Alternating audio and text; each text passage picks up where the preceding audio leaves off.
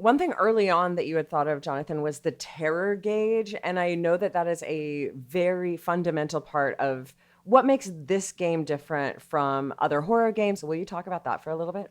Yeah, so we've designed this central mechanic. It's a 1 to 50 sliding scale that moves very quickly in play. And what it does is simulate the experience of fear. And so, one of the cool things that I realized as I was working on Karnacki is Karnacki had a very interesting perspective in the books. He believed that fear wasn't something that you should run away from. Fear to him was a barometer. It was a way of sort of determining how bad the storm was. And from that, you could use it to fight off these supernatural creatures instead of it being this thing that you want to make sure you don't experience. So for us, fear is part of the fun. Fear is at the very heart of all of the gaming. And this mechanic lets us put fear into the rules in a way that covers combat, it covers our action economy, it covers our ability to do complex skills. And as you get more scared, you're not necessarily less capable.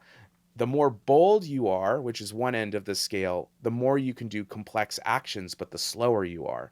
The more scared you are, the faster you are, the quicker you are in combat, but those actions become more limited as your own terror and paranoia. And eventually, if you get all the way to the top, you become catatonic. That is the one position in the fear scale where you are 100% limited. And so, your job as a player is to manage your own fear across the game as all of these supernatural creatures impart fear points on you in different ways. No, that's just so cool because it is like madness. It is like, going nuts when Cthulhu's like in your brain, but it's just more accessible and there's mechanics around it. So it gives you this like almost puppet master meta thing that you want, which is, oh, I want my character. I'm in a horror film. I want my characters to be afraid. And I want that to mean something. And Yeah. so you, as the player, can like